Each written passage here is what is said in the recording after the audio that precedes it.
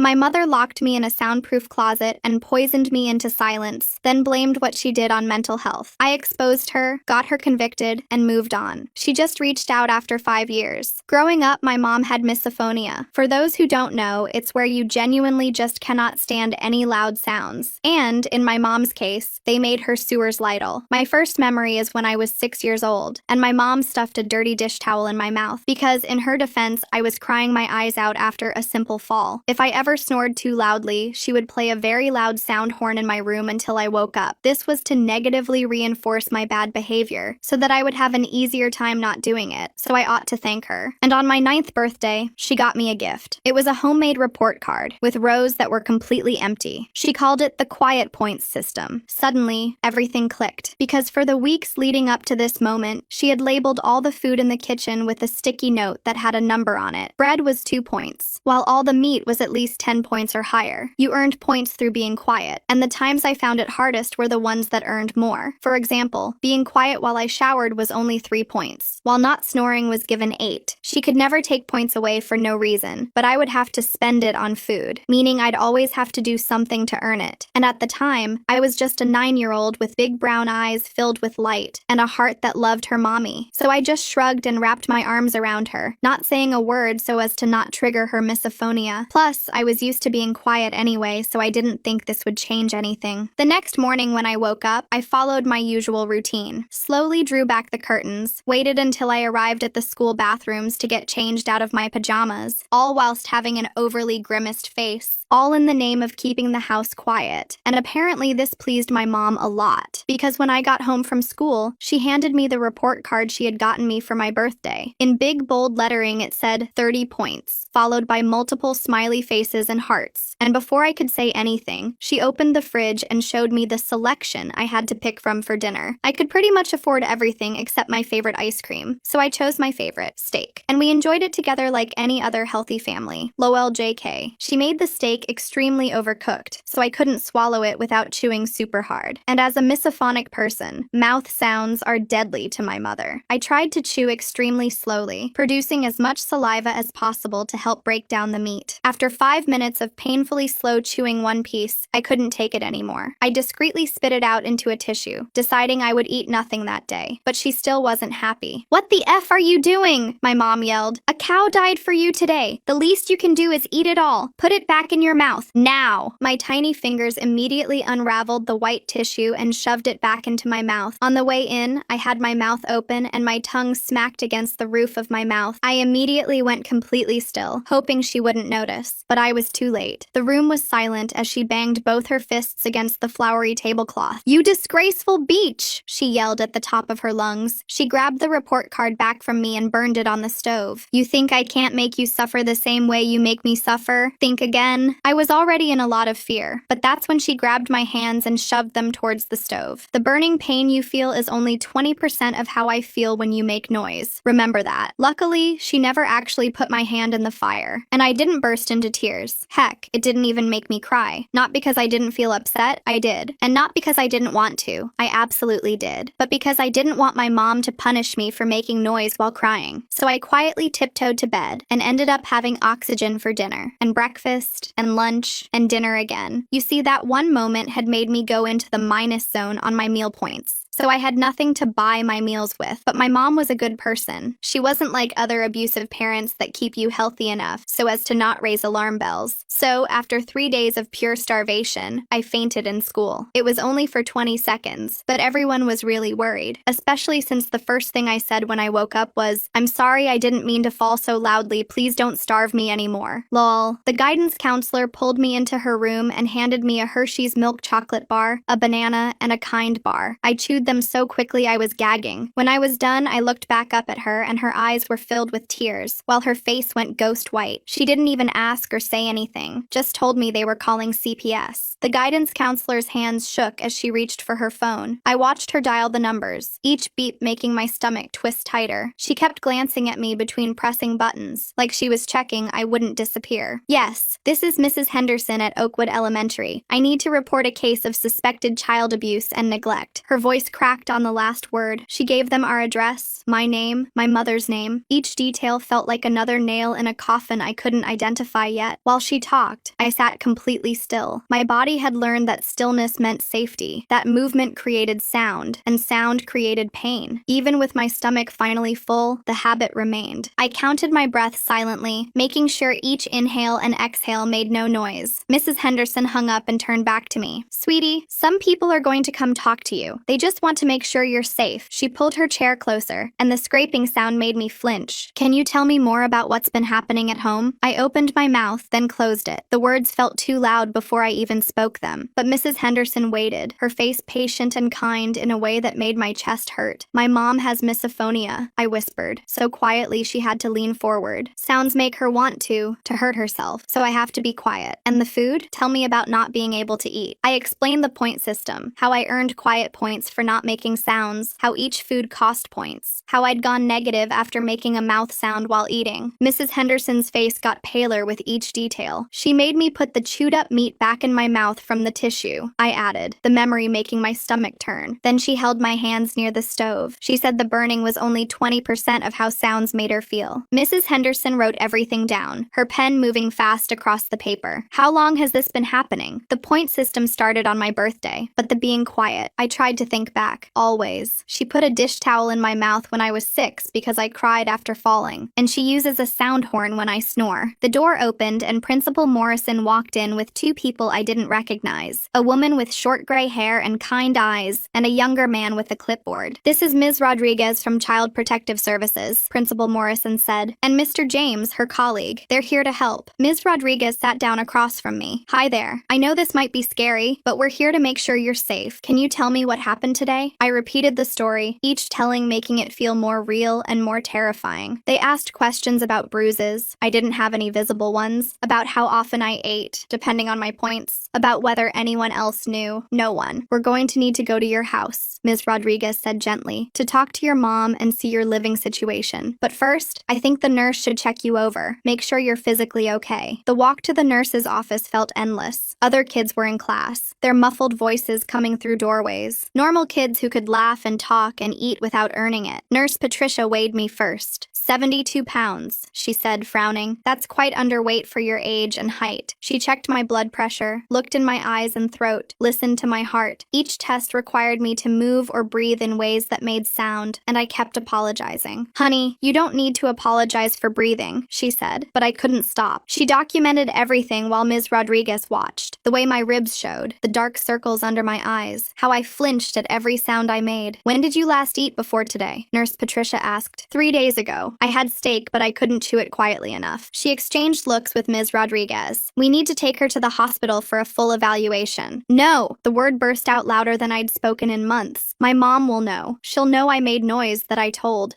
I couldn't finish. Your mom is going to be contacted regardless, Ms. Rodriguez said, but you won't be going home until we've investigated. You're safe now. But I didn't feel safe. I felt exposed, like I'd broken every rule that kept me alive. My breathing got faster, louder, and I couldn't make it stop. The panic made more noise, gasping, wheezing, my heart pounding so hard I was sure everyone could hear it. Nurse Patricia grabbed a paper bag. Breathe into this. It's okay to make noise. You're safe. The principal's phone rang. Yes, Mrs. Chen is here. I see. Yes, I'll let them know. He hung up. Your mother just arrived. She's demanding to take you home. My whole body went rigid, Ms. Rodriguez noticed. She can't take you anywhere right now. We have a legal hold while we investigate. They moved me to a small conference room away from the main office. I could hear my mother's voice getting closer, using her fake nice tone she saved for other adults. I'm sure this is all a misunderstanding. My daughter has such an active imagination. You know how children can be. Mrs. Chen, I'm Ms. Rodriguez from CPS. We need to speak with you about some concerns that have been raised. Concerns? This is ridiculous. My daughter has some behavioral issues we're working through. She's in therapy for attention-seeking behavior. I wanted to scream that it wasn't true, but years of training kept me silent. Through the door, I heard my mother explain her condition, how hard it was to live with misophonia, how she did her best despite her disability. We'll need to visit your home, Ms. Rodriguez said, and speak with your daughter's therapist. Of course. You'll see everything is fine. In fact, I just went grocery shopping yesterday. The fridge is fully stocked. My heart sank. She'd prepared. Somehow she'd known this was coming. coming and prepared. Mr. James stayed with me while Ms. Rodriguez and another CPS worker went with my mother. Principal Morrison sat with us too, offering me water that I was too scared to drink because swallowing made noise. The therapist she mentioned, I whispered to Mr. James. I've never been to therapy. He made a note. We'll verify everything she tells us. Hours passed. I dozed off in the chair, exhausted from the stress and the first full meal I'd had in days. When I woke, Ms. Rodriguez was back, her face carefully neutral. We visited your home, she said. Your mother showed us a fully stocked kitchen, your clean bedroom. Everything appeared normal. My chest tightened. The point system chart? We didn't see anything like that. Your mother said she uses a standard behavior chart for chores. No, it was on the fridge, with all the sticky notes on the food, but even as I said it, I knew she'd removed everything. We'll keep investigating, Ms. Rodriguez assured me, but for tonight, since we can't find immediate evidence of physical abuse or neglect, you'll need to go home. However, we'll be doing follow-up visits and interviews. The room spun. They were sending me back. Principal Morrison protested. The child fainted from starvation. The nurse documented her being severely underweight. Her mother showed us medical records indicating an eating disorder. Said she's been trying to get her daughter help, but she refuses to eat. That's not true! But my voice was so quiet from years of practice that it barely carried. Ms. Rodriguez knelt beside me. I believe something is wrong here, but legally, without evidence, I can't remove you from your home yet. Here's my card. Call me if anything happens. We'll be back tomorrow for a follow-up. The drive home with my mother was silent. Not the comfortable quiet of two people at peace, but the terrifying silence before a storm. She didn't speak until we pulled into our driveway. You've made things very difficult, she said, her voice deadly calm. But don't worry, I have a solution. Inside, I saw what she meant. The kitchen looked normal, full of food, no point system, no sticky notes. But in my room sat a pair of noise-canceling headphones and a white noise machine. Your new therapist recommended these, she said, though I knew there was no therapist. You'll wear them whenever you're home except for meals. Doctor's orders for your sensory processing disorder. She put them on my head and turned on the white noise. The world disappeared into a rushing sound like ocean waves. I couldn't hear her footsteps, couldn't hear if she was approaching, couldn't hear anything but the endless white static. I pulled them off. I can't put them back on! Her scream made me comply instantly. She held up a piece of paper. Doctor's note, if you don't follow treatment, it's medical non-compliance. That would look very bad for your little CPS friends. The headphones went back on. The white noise filled my world. I watched her mouth move but heard nothing. She pointed to my desk where homework waited, then left. I sat at my desk, the white noise drowning everything. When I tried to remove them to use the bathroom, she appeared immediately, pointing at the doctor's note. I learned to lip-read bathroom, and she'd nod permission for temporary removal. Dinner was the only reprieve. She'd tap my shoulder, remove the headphones, and we'd eat in silence. Real food now. She kept the fridge stocked, but the silence felt heavier than before. CPS will be back tomorrow, she said during dinner. You'll tell them the headphones are helping your condition, that you're eating well, that everything is fine. I nodded. What else could I do? That night, the headphones stayed on even in bed. The white noise made it impossible to know if she was in my room, watching. I lay rigid, afraid to move, afraid to make sounds I couldn't hear myself making. The next day at school was freedom. I could hear again, though every sound felt overwhelming after hours of white noise. Mrs. Henderson checked on me. How did yesterday go? She asked gently. I wanted to tell her about the headphones, the fake doctor's note, the new system of control, but I knew my mother would have an explanation for everything. She has the house full of food now, I said instead. Mrs. Henderson frowned. And you're eating? Yes. But something's still wrong, isn't it? I nodded, tears threatening. She has these headphones. Mrs. Henderson leaned closer, her expression shifting to concern. Headphones? What kind of headphones? Before I could explain further, the classroom door opened. My mother stood there with her practiced smile, holding a manila folder. Sorry to interrupt. I just need to drop off some medical documentation for the office. My blood turned to ice. Mrs. Henderson straightened up, maintaining her professional demeanor. Of course, Mrs. Chen. I'll make sure it gets to the right place. Actually, I was hoping to speak with you briefly about my daughter's new treatment plan. My mother's eyes found mine, and though her smile never wavered, the warning was clear. Her therapist says it's important all her teachers understand her sensory processing disorder. Mrs. Henderson glanced at me, then back at my mother. I have a few minutes before my next class. They stepped into the hallway. Through the small window in the door, I watched my mother hand over papers. fingers, gesturing as she spoke. Mrs. Henderson nodded along, occasionally looking troubled but ultimately accepting whatever story my mother was spinning. When Mrs. Henderson returned alone, her face had changed. The concern was still there, but now mixed with something else. Doubt. Your mother explained about the headphones, she said carefully. She showed me the treatment plan from Dr. Nichols. There is no Dr. Nichols, I whispered desperately. Mrs. Henderson's expression grew complicated. She had official letterhead, detailed treatment notes dating back months. She said you might say that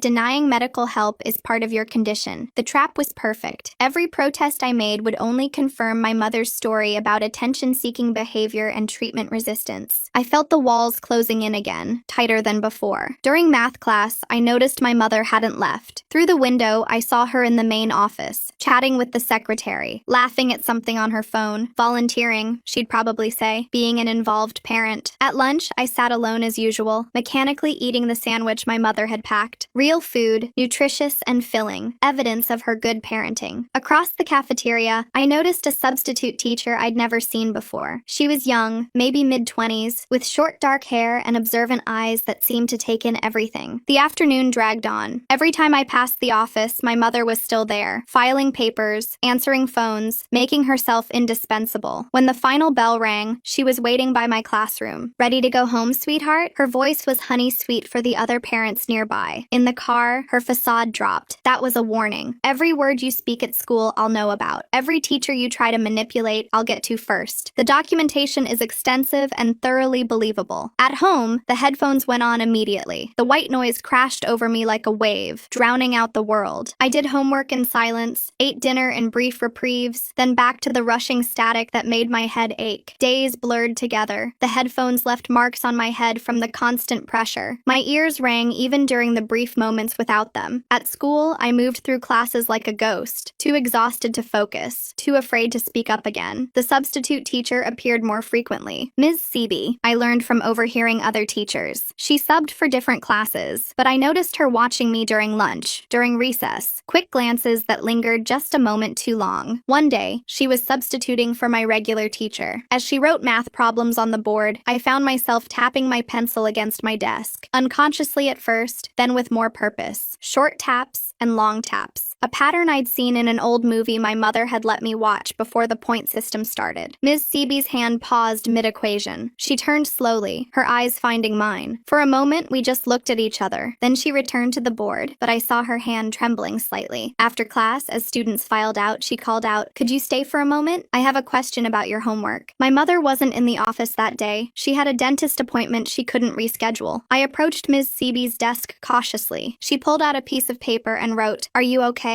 I stared at the words, then at her. She tapped the paper, once short, twice long, once short, then pointed at me with raised eyebrows. My hand shook as I took the pencil. Instead of writing, I tapped on the paper. 3 short, 3 long, 3 short. Her face went pale. She wrote quickly, "Who is hurting you?" I glanced at the door, then tapped again. More complex this time, spelling out slowly, M-O-M. Ms. Seeby's jaw tightened. She wrote, "I'll help. Be careful. Act normal." I nodded and hurried out, my heart pounding. For the first time in months, I felt a spark of hope, but hope was dangerous. That evening, my mother was different, watchful. She made me remove the headphones during dinner but didn't speak, just studied me with calculating eyes. "Interesting day at school?" she finally asked. I shook my head, focusing on my chicken. "Ms. Seeby seems nice, young, idealistic. Probably thinks she can save the world one student at a time." Her tone was casual, but I heard the threat underneath. Shame she's only temporary. I heard she might be transferred to another district soon. My hand stilled on my fork. She knew. Somehow, she always knew. The next day, Ms. Seeby wasn't there. Or the next. When I finally saw her again a week later, she was substituting for the art teacher. She wouldn't meet my eyes. During art class, while working on a painting, I found a small folded note tucked under my paint palette. I carefully unfolded it beneath my desk. "Your mother visited my apartment. She knows where I live. I'm sorry." I crumpled the note, despair washing over me. Even Ms. Seeby, trained to recognize Morse code, probably former military or something, was powerless against my mother's manipulation. The weeks crawled by. My weight dropped again despite the regular meals. The constant white noise left me disoriented, stumbling into walls, unable to gauge distance or sound. At school, teachers grew concerned, but my mother always had an explanation: adjustment period to new medication, sensory integration therapy, breakthrough treatments for my condition. Then came the family therapy sessions. My mother had found a therapist, Dr. Klaus, who specialized in difficult children. The first session, I tried to tell the truth. "She makes me wear headphones all the time at home," I said, the words feeling strange after so much silence. "With white noise so loud I can't hear anything." Dr. Klaus nodded thoughtfully. "And why do you think your mother implements this treatment?" "It's not treatment. She just doesn't want to hear me exist." My mother dabbed at her eyes with a tissue. "You see, this is what I deal with. The aggression, the accusations. I've tried everything to help her." "I understand this must be very difficult," Dr. Klaus said to my mother. "Children with oppositional defiant disorder often reject helpful interventions." "I don't have that," I protested, interrupting, arguing, refusing to comply with reasonable requests. Dr. Klaus made notes. Classic presentations. My mother pulled out her phone. "I've actually been recording some of her behaviors at home, for documentation purposes." She played a recording. It was my voice, but distorted, edited. Sounds of me supposedly slamming doors, stomping, screaming, things I'd never done, couldn't do without severe punishment. But the audio was convincing.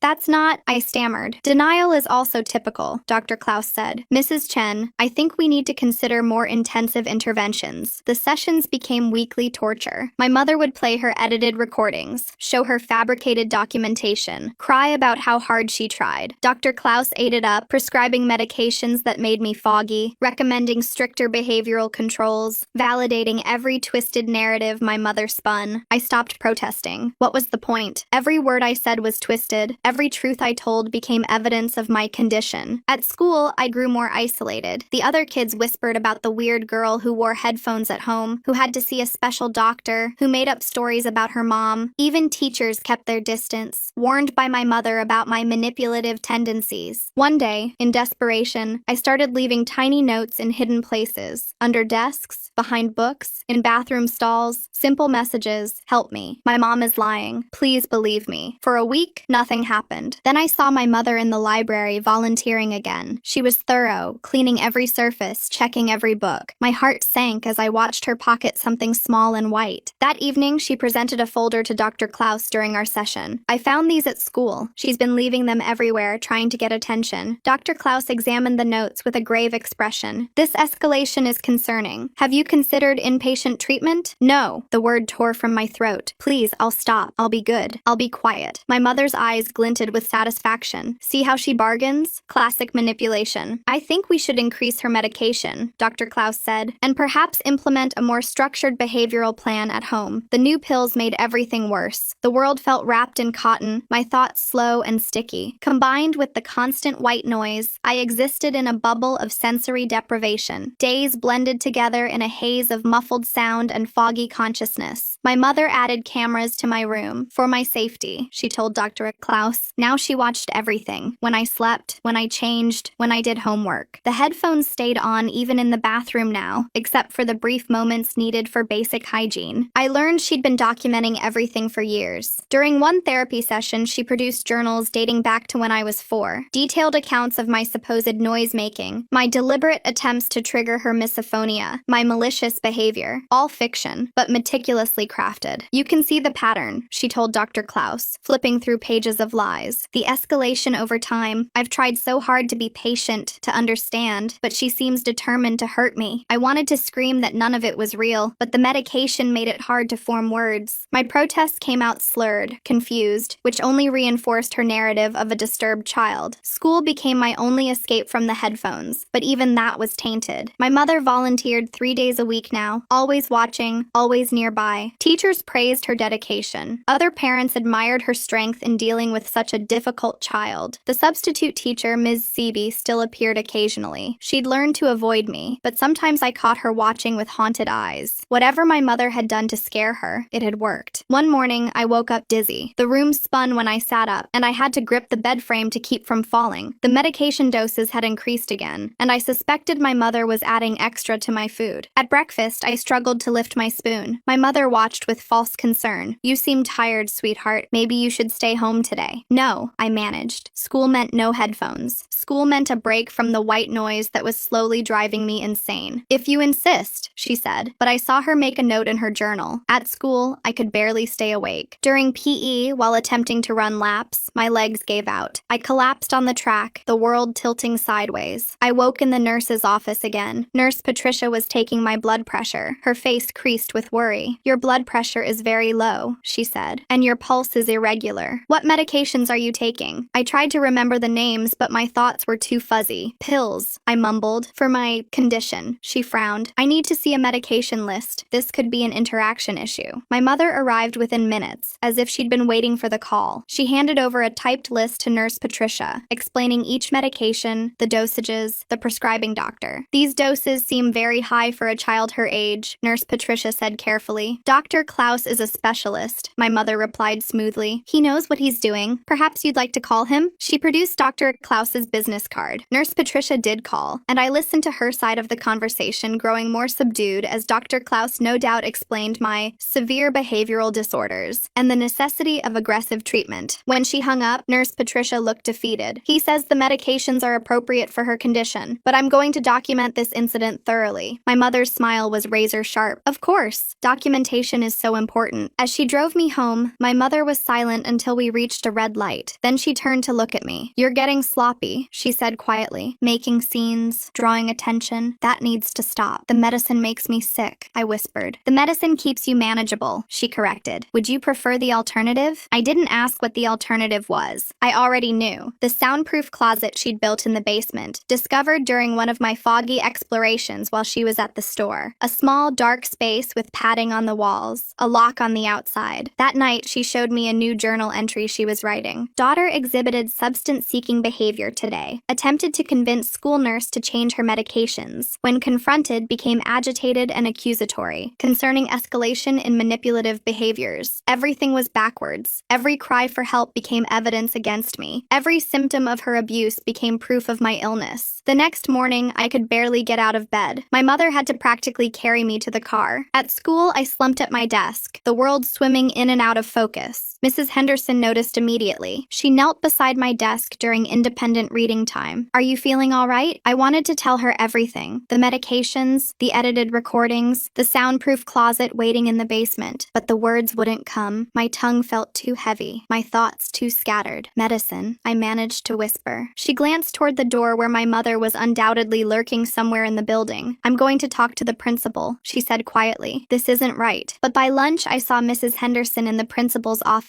with my mother. Through the window, I watched my mother pull out her phone, show something on the screen. Mrs. Henderson's face went pale. She nodded slowly, then left the office without looking back. My mother caught my eye through the window and smiled. That afternoon, Mrs. Henderson avoided me. When I tried to approach her desk after class, she busied herself with papers. "You should get to your next class," she said without looking up. Another ally lost. Another adult who'd tried to help, silenced by whatever my mother had shown her. I wondered what it was this time. Edited videos of me being violent, fabricated threats I'd supposedly made. The possibilities were endless when you controlled the narrative. The days blurred worse after that. My mother increased the medications again, claiming I was showing increased agitation at school. The white noise from the headphones mixed with the fog in my brain until I wasn't sure what was real anymore. Sometimes I thought I heard her voice through the static, whispering things I couldn't quite make out. Sometimes I woke up in different clothes than I'd gone to bed in, with no memory of changing. The cameras in my room recorded everything, but I never saw the footage, just knew it existed. Another weapon in her arsenal. During a particularly bad week, when I could barely walk straight, the fire alarm went off at school. The sudden loud noise sent panic through my medication-dulled system. I tried to stand, to follow the evacuation procedure, but my legs wouldn't cooperate. I made it 3 steps before crashing to the floor. This time, I didn't get up. I woke in the hospital. The beeping of machines and the absence of white noise was so jarring I started crying. A doctor I didn't recognize was examining me, her face serious. "Can you tell me what medications you're taking?" she asked gently. I tried to remember, but my mother appeared in the doorway before I could speak. "Oh, thank goodness!" she cried, rushing to my bedside. "I was so worried. She hasn't been taking her medications properly, hiding them, spitting them out. Dr. Klaus warned this might happen." The doctor frowned. "The blood tests show extremely high levels of sedatives in her system, far above therapeutic therapeutic doses. She must have taken extra, my mother said quickly. She's been hoarding them. I found a stash in her room just yesterday. I was about to call Dr. Klaus about it. I need to speak with the patient alone, the doctor said firmly. My mother's grip on my hand tightened painfully. Of course, but you should know she's been diagnosed with severe oppositional defiant disorder and a tendency toward manipulation. Dr. Klaus can provide full documentation. After she left, the doctor pulled her chair closer. I'm Dr. Sarah. I want to help you. Can you tell me what's really happening? I wanted to trust her. Her eyes seemed kind, her concern genuine, but I'd trusted before, and it always ended the same way. My mom gives me the medicine, I whispered, more than the bottles say. Dr. Sarah made notes. Has anyone else noticed this? Everyone notices. No one does anything. The words came out bitter, hopeless. She has documentation for everything. Recordings, videos, journals going back years. What kind of recordings? I tried to explain the edited audio, the fabricated evidence, but I could see the doubt creeping into her eyes. It sounded crazy, even to me. A mother meticulously crafting years of false documentation to abuse her child while appearing to be the perfect parent? Who would believe that? Dr. Sarah ordered more tests, spoke to Dr. Klaus on the phone, reviewed my mother's documentation. With each conversation, her initial concern faded into professional distance. By the time I was discharged 2 days later, the narrative was set. I'd been hoarding medication and took too much in a cry for attention. My mother was praised for her vigilance in finding my stash and seeking help. The ride home was silent except for the white noise pumping through my headphones. My mother had brought them to the hospital, explaining to the staff that they helped with my sensory issues. At home, she led me straight to the basement. The soundproof closet was smaller than I'd remembered, maybe 4 feet by 4 feet, with thick padding on every surface. No light switch inside, just darkness once the door closed. Dr. Klaus agrees you need more intensive intervention, she said calmly. This is a safe space for you to work through your behaviors without hurting yourself or others. Please, I begged, but she was already guiding me inside. 2 hours to start, she said. We'll work up from there. The padding blocks all sound, so you can make all the noise you want. Therapeutic, really. The door closed. The lock clicked. Darkness swallowed me whole. In the absolute silence and darkness, time lost meaning. Was it minutes or hours? My medication-foggy brain couldn't track it. I tried counting seconds, but kept losing track. Starting over, losing track again. When the door finally opened, the light was blinding. My mother helped me out, her touch gentle, her voice concerned. How do you feel? Did it help? I couldn't speak. My throat was raw from screaming I couldn't even hear. She marked something in her journal. We'll try again tomorrow. Dr. Klaus says consistency is key. The pattern established itself quickly. School, where I struggled to stay conscious through classes. Home, where the headphones went on immediately. Dinner, medication hidden in my food, then the closet for therapeutic isolation. I tried leaving notes at school again, but my handwriting had deteriorated from the medication. The words came out shaky, illegible. When a teacher found one, they brought it straight to my mother during her volunteer shift. See what I mean? She told them sadly. The writing exercises Dr. Klaus recommended aren't helping. If anything, she's regressing. Ms. Seeby appeared less and less. When I did see her, she looked hollow, frightened. Whatever my mother had done to her went beyond simple threats. I wanted to ask, but we were never alone, and I could barely form coherent sentences anyway. One day, during a brief moment of clarity between medications, I realized my mother had been preparing for this my whole life. Every documented incident, every piece of evidence, every professional she'd fooled. It was all intentional. She'd built an impenetrable fortress of lies with me trapped inside. The school held a meeting about my deteriorating condition. I sat there, swaying slightly from the medication, while adults discussed my fate. My mother presented her evidence, the journals, the recordings, the notes I'd left, the medication hoarding, the hospital incident. We're considering residential treatment, she told them, tears in her eyes. Dr. Klaus knows an excellent facility that specializes in cases like hers. Principal Morrison looked troubled. This seems like quite an escalation. Perhaps we should get a second opinion? My mother's face hardened for just a moment before the tears returned. Of course, if you think that's best. Though I worry about the delay. She's getting worse every day. Mrs. Henderson spoke up quietly. I've noticed she seems heavily medicated. Perhaps that's contributing to... Are you a medical professional? My mother interrupted. Because Dr. Klaus is. As was Dr. Sarah at the hospital. As is her pediatrician who signs off on all her prescriptions. I'm doing everything I can to help my daughter. And frankly, these accusations are hurtful. The meeting ended with apologies to my mother and promises of support. Another victory for her, another defeat for me. That night, the closet time extended to 4 hours. In the darkness, I felt my sanity slipping away. The combination of sensory deprivation, medication, and isolation was breaking me down exactly as she'd planned. When I emerged, I could barely stand. She had to help me up the stairs, her grip firm, but not gentle anymore. "You're almost there," she whispered, almost ready for the next phase. I didn't ask what the next phase was. In my medication-addled mind, I already knew. She was going to make me disappear, just like the child she'd had before me, the one who'd moved away to live with relatives, the one no one could contact. The thought should have terrified me. Instead, I felt only exhausted acceptance. She'd won. She'd always been going to win. But then, during library time at school, something unexpected happened. I was slumped at a table, pretending to read while fighting to keep my eyes open, when someone sat down across from me. It was Ms. Seeby. She looked different, thinner, with dark circles under her eyes that matched mine. She didn't speak, just slid a book across the table. Inside the cover was a single line written in pencil. "She did this to another child." I found proof. My heart, sluggish from medication, tried to race. I looked up at her, hope and fear warring in my chest. She glanced around, then wrote more. "The guidance counselor is building a case. Real evidence. Hold on." Before I could respond, she was gone, leaving the book behind. I tucked it into my backpack, the first spark of hope I'd felt in months. That evening, my mother seemed agitated. She kept checking her phone, pacing the kitchen while I ate dinner in silence. "There's been some staff turnover at your school," she said finally. "Nothing for you to worry about." But I could see the calculation in her eyes, the wheels turning as she adjusted her plans. Something had shifted, and she knew it. The medications that night tasted different, stronger. I fought to stay conscious, knowing that falling asleep might mean never waking up, or waking up somewhere far from here, where no one would ever find me. As darkness crept in despite my efforts, I heard her on the phone with Dr. Klaus. "Yes, I think it's time. The residential facility you mentioned, how soon could they take her?" The last thing I remembered was her standing in my doorway, silhouetted against the hall light. "Soon, sweetheart," she said softly. "Very soon. This will all be over." I woke to my mother shaking me roughly. The room was still dark, but I could make out her silhouette against the hallway light. My head felt like it was stuffed with wet cotton from whatever she'd put in my dinner. "Get up. We're leaving." Her voice was clipped, urgent. I tried to sit up, but my limbs felt disconnected from my body. She yanked me upright, shoving clothes into my arms. The headphones were already on my head, the white noise drowning out whatever else she was saying. She dragged me to the car, practically throwing me into the back seat. Through the medication haze, I noticed suitcases in the trunk. We were really leaving. The residential facility Dr. Klaus mentioned, or somewhere worse. The car started moving. I pressed my face against the cold window, watching our house disappear. My mother kept checking the rearview mirror, her knuckles white on the steering wheel. At a red light, she turned to look at me. Her lips moved, but I couldn't hear through the white noise. She reached back and ripped the headphones off. "Listen carefully. When we get there, you say nothing. You're sick. You need help. That's all anyone needs to know. Where are we going?" My voice came out slurred. "Somewhere they understand difficult children." She shoved the headphones back on. The drive felt endless. I dozed fitfully, waking each time we stopped. Gas stations, rest stops, all blurring together. My mother never let me out of the car, just handed me water and crackers that tasted like chalk. Dawn was breaking when we finally stopped. Through bleary eyes, I saw a large building surrounded by high walls. It looked more like a prison than a treatment center. My mother pulled me from the car, her grip bruising on my arm. At the entrance, a woman in scrubs was waiting. "Mrs. Chen, we've been expecting you." Dr. Klaus called ahead. They spoke over my head while I swayed on unsteady feet. Papers were signed. Money changed hands. The woman in scrubs took my other arm. "We'll take good care of her," she assured my mother. My mother knelt in front of me, her face a mask of false concern. "Be good. Do what they tell you. This is for your own good." Then she was walking away, getting in the car, driving off without looking back. The woman in scrubs led me inside. The doors locked behind us with a heavy click. She removed my headphones, and the sudden absence of white noise made me dizzy. "Welcome to Peaceful Meadows. I'm Nurse Ratched. Let's get you settled." She led me through sterile hallways that smelled like disinfectant and despair. Other children passed us, all with the same vacant expressions, the same shuffling walk. This wasn't a treatment center. It was a warehouse for unwanted kids. My room was small, white, empty, except for a bed bolted to the floor. No windows. A camera in the corner, its red light blinking steadily. Medication time is at 8, noon, 4, and ate, Nurse Ratched said. Meals in the cafeteria, no talking during quiet hours, break the rules and you'll spend time in the reflection room. She left, locking the door behind her. I collapsed on the thin mattress, finally allowing myself to process what had happened. My mother had won. She'd successfully disappeared me just like the other child Ms. Seeby mentioned. But Ms. Seeby had found proof. Mrs. Henderson was building a case. They knew something was wrong. They had to be looking for me. Days passed in a medicated blur. The pills here were different, but just as numbing. I shuffled to meals, sat through group therapy, where we weren't allowed to actually speak, stared at white walls during reflection time. I tried to keep track of time, but the days blended together. No windows, no clocks, no way to know if it had been a week or a month. The other kids didn't talk about how long they'd been here. Some looked like they'd forgotten there was an outside world at all. Then one day during lunch, something changed. Nurse Ratched was called away urgently. The other staff members huddled by the door, whispering frantically. Through the cafeteria windows, I saw police cars in the parking lot. My heart began to race. They'd found me. Someone had finally believed the truth and come looking. But the police cars left without entering the building. The staff returned to their posts, watching us more carefully than before. Whatever had happened, it wasn't about me. That night, unable to sleep, I heard voices in the hallway. Nurse Ratched and someone else, arguing in hushed tones. They're asking questions about the Chen girl. Someone filed a missing person report. Her mother has all the paperwork. Legal commitment, signed by a licensed psychiatrist. Still, if they come back with a warrant, they won't. Dr. Klaus assured us everything is in order. My spark of hope flickered and died. Even here, my mother's web of lies protected her. More days passed. The medications made it hard to think, hard to plan. I stopped trying to count the days, stopped hoping someone would come. This was my life now. Then during morning medications, I noticed something different. The nurse handing out pills wasn't one I recognized. She was younger, with kind eyes that actually looked at us instead of through us. When she reached me, she paused. Her hand shook slightly as she held out the paper cup of pills. As I took it, I felt something else pressed into my palm, a folded piece of paper. I quickly palmed it, pretending to swallow the pills while tucking the paper into my sleeve. The new nurse moved on without comment. Back in my room, I unfolded the paper with trembling hands. The writing was familiar, Ms. Seeby's careful script. "We know where you are. Hold on. Soon." I ate the paper, not trusting anywhere to hide it. For the first time in weeks, I felt something other than numb acceptance. They hadn't given up. They were still fighting for me. The next few days, I watched everything more carefully. The new nurse appeared regularly, always during medication times. She never spoke to me directly, never gave any sign she was anything other than a new employee, but I noticed things. How she actually checked that other kids swallowed their pills, but never checked mine. How she sometimes stood where she could block the camera's view of me. How her shifts seemed to coincide with when the regular staff was thinnest. 3 days after the note, chaos erupted. I woke to sirens, lots of them. Through my door, I could hear running footsteps, shouting voices. Someone was pounding on the main entrance, demanding to be let in. My door flew open. The new nurse stood there, breathing hard. "We have to go, now." She grabbed my hand and pulled me into the hallway. It was pandemonium. Staff members were running in all directions. Some were shoving papers into shredders. Others were trying to corral confused kids back into their rooms. The nurse led me through a side door I'd never seen opened. We emerged into a loading dock where an unmarked van was waiting. Mrs. Henderson was behind the wheel, her face grim but determined. "Get in," she urged. As we pulled away, I saw police officers streaming into the building. Some were leading staff members out in handcuffs. Others were helping dazed children into ambulances. "Ms. Seeby found records," Mrs. Henderson explained as she drove. "Your mother had done this before. A child named Marcus, 5 years ago. He supposedly went to live with relatives, but Ms. Seeby tracked him down. He'd been in that place for 3 years before aging out of the system." My hands wouldn't stop shaking. "My mom? Arrested this morning. The police found the soundproof closet, the doctored recordings, everything. Dr. Klaus, too. Turns out he'd been taking bribes to commit children whose parents wanted them gone." The drive back felt surreal. Real sunlight, real air, freedom I'd thought I'd never have again. At the hospital, doctors ran tests, documenting the over-medication, the malnutrition, the psychological trauma. Ms. Rodriguez was there, tears in her eyes as she apologized for not seeing through my mother's lies sooner. "The system failed you," she said, "but we're going to make it right." Ms. Seeby came by, looking exhausted but relieved. She explained how she'd started investigating after my mother threatened her, how she'd found a pattern of complaints that were always dismissed. Children children who disappeared into the system. Your Morse code saved your life, she told me. It made me dig deeper. The next weeks were a blur of police interviews, court hearings, medical appointments. My mother was charged with child endangerment, false imprisonment, and conspiracy. Dr. Klaus faced even more charges. Apparently, I wasn't his only victim. During the trial, the full extent of my mother's planning came out. The years of fabricated documentation, the careful manipulation of every adult who tried to help, the calculated destruction of my credibility. Even the prosecutors seemed stunned by the thoroughness of her deception. She was convicted on all charges, 25 years in prison. Dr. Klaus got 30. The facility was shut down, its operators arrested, the children relocated to real treatment centers or foster homes. I was placed with my aunt, my mother's sister, who'd been searching for me since I disappeared. She was nothing like my mother. Warm, loud, encouraging me to make noise, to take up space, to exist without fear. The recovery wasn't easy. Years of conditioning don't disappear overnight. I still flinched at sudden sounds, still caught myself walking too quietly, still sometimes reached for headphones that weren't there. But slowly, with therapy, real therapy, and patience, I began to heal. I learned to speak above a whisper. I joined the school choir, surrounded myself with music and laughter and all the sounds my mother had forbidden. Mrs. Henderson visited regularly, bringing cookies and homework and normalcy. Ms. Seeby helped me with Morse code, turning my trauma into a skill I could be proud of. Even Ms. Rodriguez checked in, determined to prevent other children from falling through the cracks. The day I testified at my mother's sentencing, I spoke clearly and loudly. I told the court about the point system, the starvation, the soundproof closet. I looked her in the eye as I described years of torture disguised as parenting. She tried to speak, to spin one more lie, but the judge cut her off. I've heard enough. The evidence is overwhelming. The defendant will serve the maximum sentence. As they led her away, she turned to look at me one last time. I didn't flinch, didn't go silent. I stood tall and watched her disappear into the system she'd tried to trap me in. That night, my aunt made my favorite dinner, steak, cooked medium rare, tender enough to chew without effort. We ate together, talking and laughing, filling the house with all the sounds of a real family. I started 10th grade at a new school where nobody knew my story, made friends who didn't understand why I got so happy about simple things like humming in the hallway or tapping my pencil during tests. The nightmares faded, the flinching stopped. I learned to trust adults again, to ask for help without fear of punishment, to exist loudly and proudly in a world that no longer demanded my silence. On the anniversary of my rescue, I got a letter from Marcus, the boy who'd come before me. He thanked me for being brave enough to signal for help, for breaking the cycle. He was in college now, studying social work, determined to help kids like us. I wrote back, telling him about my new life, how I'd joined drama club, debate team, anything that required me to use my voice. How I was thinking about becoming a teacher myself, someone who would notice when children went too quiet. My aunt framed the court documents declaring my mother's loss of parental rights. Not out of spite, but as proof that justice was possible, that truth could overcome even the most elaborate lies. I kept the Morse code book Ms. Seeby had given me, but now I used it for fun, teaching friends secret codes, tapping out jokes during boring assemblies. What had once been a desperate cry for help became just another way to communicate. The investigation revealed my mother had never actually had misophonia. It was all an elaborate excuse for control, a way to justify the torture. The real condition was hers, a pathological need to dominate, to silence, to erase. But she'd failed. I was still here, still breathing, still speaking, still making all the noise I wanted. On my 18th birthday, I stood in my aunt's kitchen, surrounded by friends and chosen family. As they sang happy birthday, loudly, joyfully, beautifully off-key, I closed my eyes and let the sound wash over me. I was free.